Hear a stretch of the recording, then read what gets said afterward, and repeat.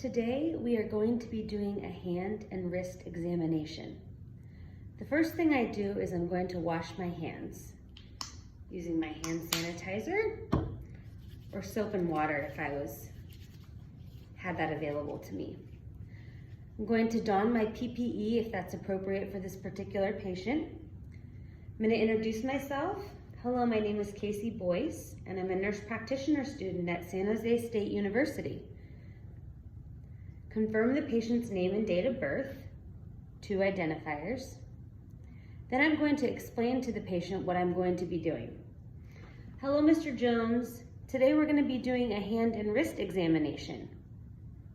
Is that okay with you if I proceed with the exam? I'm going to make sure the patient's hand and wrist is adequately exposed. Make sure the wrists and elbows can be seen as well. I'm going to position my patient sitting, ideally with their hands on a pillow. A white pillowcase would be best. I'm going to ask the patient if he has any pain before we proceed. Mr. Jones, are you having any pain today? No? Okay, great. We're going to go ahead and begin then. First, I'm going to start with inspection.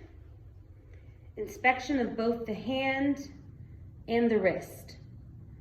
I'm going to perform a general inspection, looking for any signs suggestive of underlying pathology.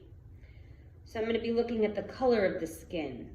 Is there any clubbing in the fingernails or cyanosis?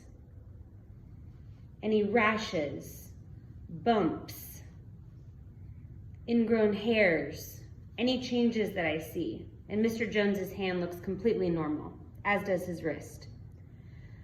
I then am going to inspect the dorsum of the hands, looking again for any abnormalities,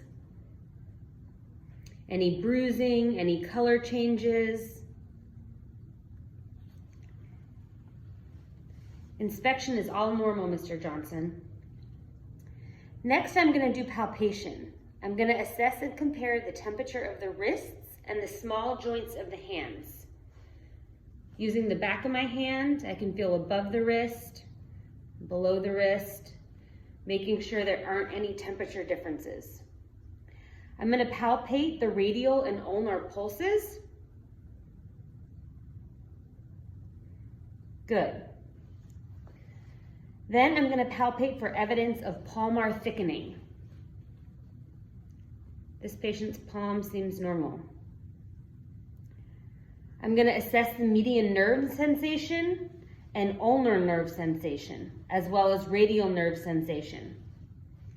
Making sure sensation is normal in all of these aspects.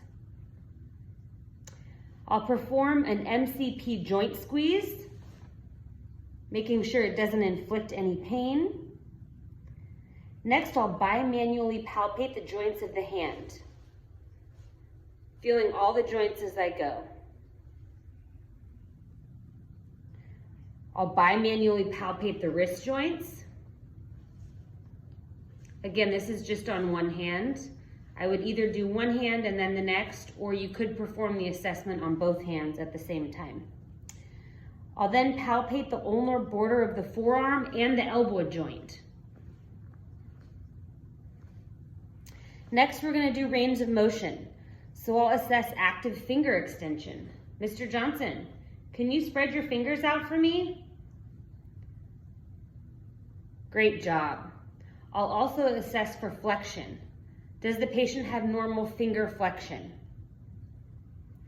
I'll look at wrist extension. Make sure wrist extension is normal. Mr. Johnson, it is. That's great. While we're looking at range of motion, we're also going to look at active wrist flexion.